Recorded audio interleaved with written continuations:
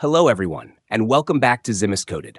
Are you wondering how to show or hide crop marks in Microsoft Word? Well, you're in the right place. Let's jump right into it.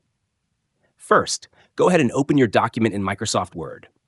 Now, move to the top left corner of your screen and click on File. From the menu that appears, scroll down and select Options at the bottom. The Word Options window will open. On the left side, click on Advanced. Then, scroll down carefully until you reach the section labeled Show Document Content.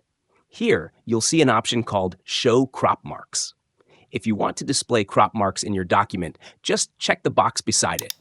And if you'd rather hide them, uncheck that same box. Once you're done, click OK to save your changes. That's it.